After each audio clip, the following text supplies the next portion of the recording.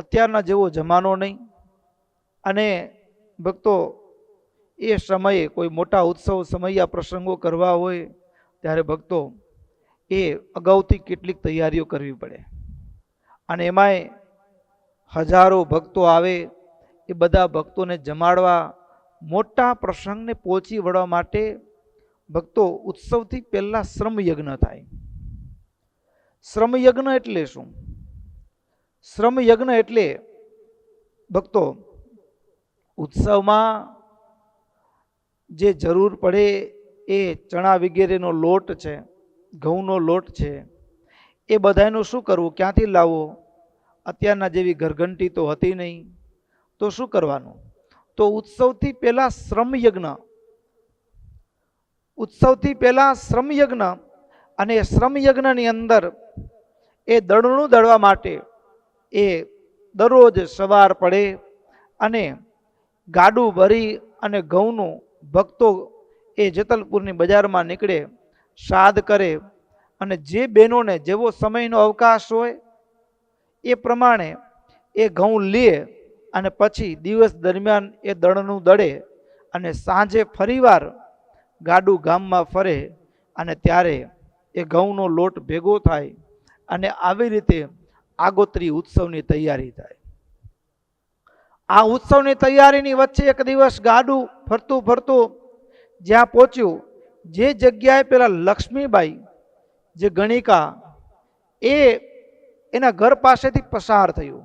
દેવયોગે એવો સંજોગ સર્જાયો કે એ દિવસે એ લક્ષ્મીબાઈ એક સમયની વેશ્યા જેને કહેવામાં આવે, એ વેશ્યા એ પોતાના ઘરના ઝરૂખામાં પુરુષની રાહ જોતી ઊભી છે. પણ પુરુષ તો ન આવ્યો, પણ આજે ગાડું આવ્યો, એ પણ ઘઉંનું ગાડું. અને ચાર રસ્તે આવી ચોવાટે આવીને સાદ કર્યો, ઘઉં લ્યો ઘઉં. જ્યાં સાદ કર્યો ને ત્યાં તો આજુબાજુના ઘરમાંથી ઝટપટ બેનો દોડતા આવ્યા.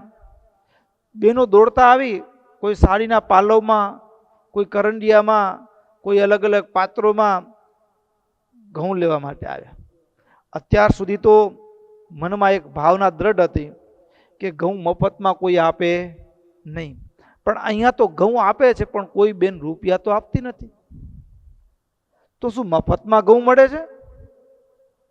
એટલે એ વેશ્યાએ, ગણિકાએ, એ લક્ષ્મીએ એની દાસીને પૂછ્યું કે શું આ ઘઉં મફતમાં મળે છે? ત્યારે દાસીએ કીધું, અરે આપણા જેતલપુરમાં સ્વામિનારાયણ ભગવાન યજ્ઞ કરવાના છે, એની તૈયારી ચાલે છે. અને પહેલી વખત જિંદગીમાં એક વિચાર આવ્યો છે કે જો મારા ગામમાં જો ભગવાન પ્રગટ થયા હોય અને યજ્ઞ કરતા હોય તો પુણ્ય પાપ ઠેલાય, પુણ્ય પાપ ઠેલાય. એ ભાવ સાથે મનમાંથી કે મેં આખી જિંદગી એવા કર્મો કર્યા છે, પણ જો મારા ગામમાં યજ્ઞ થતો હોય તો મારે ઘઉં દળવા. આવી સેવા મને ક્યાંથી, આવી સેવા મને ક્યાંથી? એવા ભાવ સાથે પોતે ઘઉં લેવા માટે ગયા.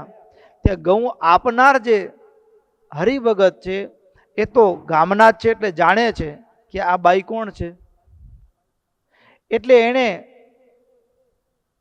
એ લક્ષ્મીને હળધૂત કરતા કીધું, હટ હટ, તને ઘઉં ન મળે.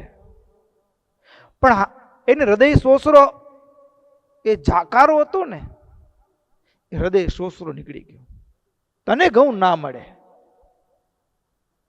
પહેલી વખત જિંદગીમાં દેવ સેવા કરવાની હૃદયમાંથી એક ઈચ્છા થઈ અને એમાં જાકારો મળ્યો. એટલે લક્ષ્મી એટલે તે અટકી નહીં. તળાવના કિનારે જે મહારાજ સભા ભરીને બેઠા છે ને ત્યાં આવી. જિંદગીમાં ક્યારેય સ્વામિનારાયણ ભગવાનને જોયા નથી.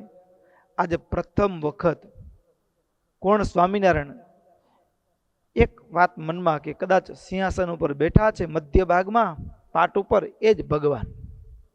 એ ન્યાય સભાની અંદર આવી, સ્વામિનારાયણ સ્વામિનારાયણ, મને ઘઉં આપો ને, હું એ દળીશ.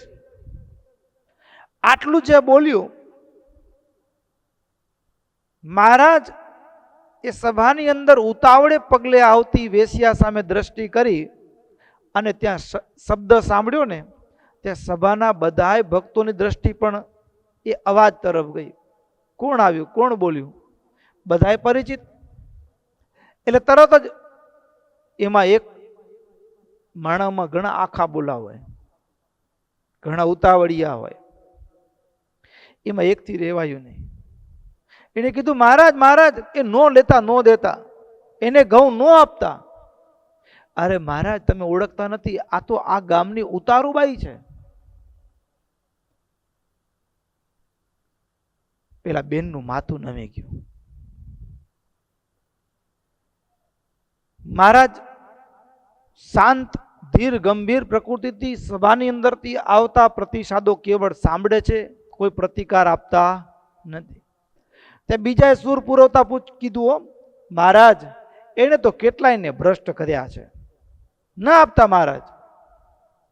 ત્યાં ત્રીજાએ કીધું, અરે મહારાજ, આ દુનિયામાં બધા પાપ કહેવાય ને એ એને કર્યા જ છે, એને યજ્ઞમાં ઘઉં ન અપાય મહારાજ. આમ એક પછી એક બોલતા રહ્યા. આખી સભામાં ગણગણાટ થતો રહ્યો. પેલી લક્ષ્મી વેશ્યા, એનું શરમથી માથું ઝૂકી ગયું છે, આંખમાં પારાવાર આંસુ વહી રહ્યા છે. મહારાજ ધીર ગંભીર પ્રકૃતિ, કંઈ બોલતા નથી. બધા બોલતા રહ્યા. ધીમે રહીને મહારાજે સાને કરીને બધાને શાંત કર્યા. શાંત કર્યા પછી મહારાજ એટલું જ બોલ્યા, જેણે જિંદગીમાં ક્યારે પણ એક પણ પાપ ન કર્યું હોય ને એ સભામાં ઊભા થાવ. જેણે જિંદગીમાં એક પણ પાપ ન કર્યું હોય ઊભા થાવ. આટલું જે મહારાજે કીધું ને, કદાચ દુનિયાની આગળ તો આપણે એમ કહી કે મેં પાપ નથી કર્યું, હું સારો છું, પણ આ તો ખુદ ભગવાન પૂછે છે. ખુદ ભગવાન પૂછે છે, ત્યાં કપટ ક્યાં રાખવું, ત્યાં કપટ ક્યાં રાખવું? કારણ શું ભક્તો? એ તો તન કી જાણે, મન કી જાણે, જાણે ચિત્ત કી ચોરી, બધું જાણે છે. ત્યાં કપટ રાખી શકાય એમ નથી. અને જ્યાં કપટ રાખી શકાય એવું નથી ને ત્યાં પૂછવામાં આવ્યું છે કે જિંદગીમાં જેને કોઈ પાપ ન કર્યું હોય એ ઊભા થાવ, શું કરવું? બધા એનું માથું શરમથી ઝૂકી ગયું. ભક્તો જાણતા અજાણતા મનથી, કર્મથી, વાણીથી કદાચ દુનિયાને ખબર ન, પણ ડગલે ને પગલે પાપ તો આપણાથી થાય છે. જેણે જિંદગીમાં પાપ ન કર્યું હોય બધાને જવાબ મળી ગયો. અત્યાર સુધી બધા એમ બોલતા હતા કે મહારાજ એ મહાપાપી છે, એને પાપ કર્યું છે એટલે એની યજ્ઞમાં સેવા ન અપાય. પણ મહારાજે કીધું, જેને જિંદગીમાં પાપ ન કર્યું હોય ઊભા થાવ. બધાને જવાબ મળી ગયો, પાપ તો આપણે કર્યા છે, પણ આપણું પાપ છાનું છે, એનું પાપ પ્રસિદ્ધ છે. આખી સભાના મસ્તક ઝૂકી ગયા. ધીમે એકથી રહીને મહારાજે માથું ઝૂકી ગયું છે, આંખમાંથી આંસુની ધારા વહે છે. અને એ લક્ષ્મી સામે મહારાજે દ્રષ્ટિ કરીને કીધું, દેવી આવ, આવ સાધ્વી આવ. મહારાજે આટલું કીધું ને, આવ બેન આવ. અને લક્ષ્મી દોડીને મહારાજના ચરણમાં ઢગલો થઈને ધડી પડી. આંખના આંસુથી મહારાજના ચરણ ધોઈ નાખ્યા. અને ત્યાં મહારાજે સાદ કર્યો, બ્રહ્મચારી ઘઉં લાવો. અને કરંડીઓ ભરીને બ્રહ્મચારી ઘઉં લઈ આવ્યા. બ્રહ્મચારી ઘઉં લઈ આવ્યા. અને એ એક સમયની જેતલપુરની વેશ્યાએ પોતાનો સાડીનો પાલો પાથર્યો મહારાજની આગળ. અને મહારાજ એ કરંડિયાને નમાવ્યો, ઘઉંની ધાર કરી. ભક્તો એ દર્શન કેવું હશે?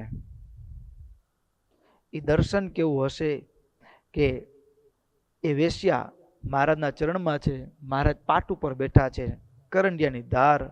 અને જ્યાં આમ નજર કરે ને ત્યાં એ કરંડિયાની ધારથી ઉપર બરાબર સીધું મહારાજનું મુખ દેખાય. આ દુનિયા જેને ધુતકારે છે એના ઉપર પણ ભગવાન કેટલા કરુણા વરસાવે છે. મહારાજના મુખમાં કરુણા, નેત્રોમાંથી જે પ્રેમ વરસતો હતો ને,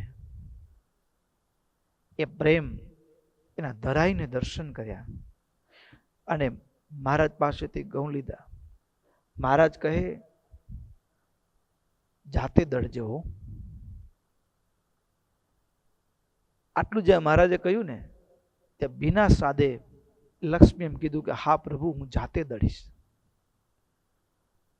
સભામાંથી ઘરે ગયા.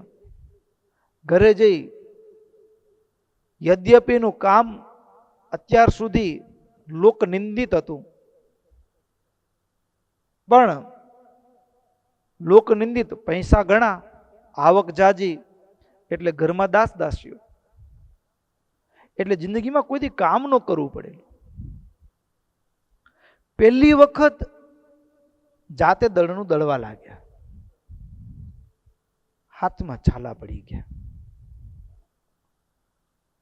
છાલા પડી ગયા, ફોલ્લા પડી ગયા, ફૂટી ગયા. એમાંથી પાણી નીકળે, લોહી નીકળે. હાથમાં કપડું લપેટી, કોઈથી કરેલું નહીં. થાક પણ એટલો જ લાગે, શરીર જકડાઈ જાય, હાથ જકડાઈ જાય.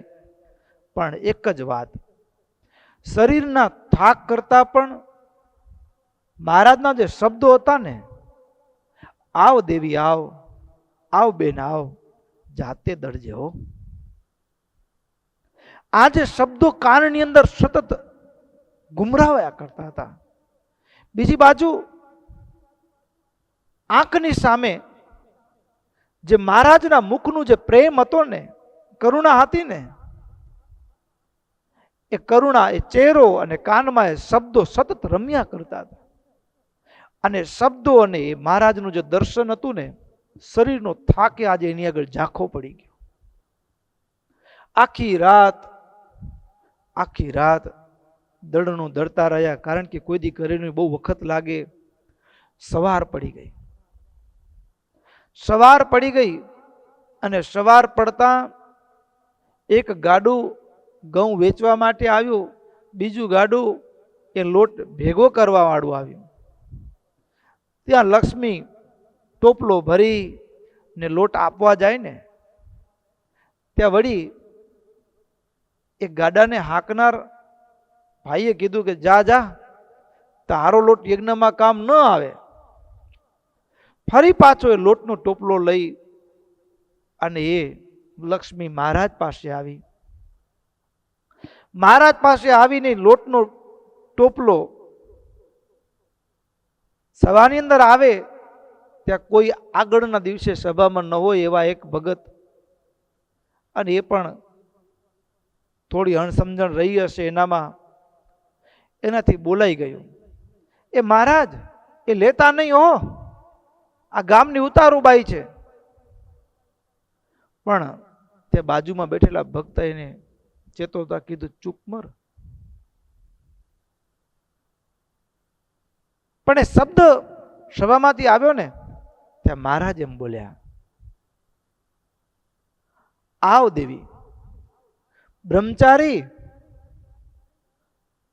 પાત્ર લઈ આવો. આ લોટ દેવતાઓ માટે નહીં, યજ્ઞમાં નહીં, આ લોટ અમારા માટે બન્યો છે. આ લોટમાંથી અમારા માટે થાળ બનાવો.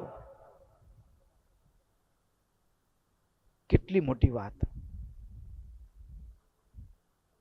ભક્તો, એ એક શબ્દ, એ પ્રેમની ક્ષણ જિંદગી બદલી નાખી. જે ઘરની અંદર મહેફિલો મંડાતી, મુજરો થતો, નાચગાન થતું, પંચ વિષયના ભોગ, એ જગ્યાએ હવે ભક્તિની પરબ મંડાવા લાગી. ધૂન કીર્તનની હેલી વરસવા લાગી. અને એવો સમય આવ્યો કે ભક્તો, એ એક સમયની જેતલપુરની વેશ્યા એ ભારત વર્ષની એક મહાસતી બની ગયા.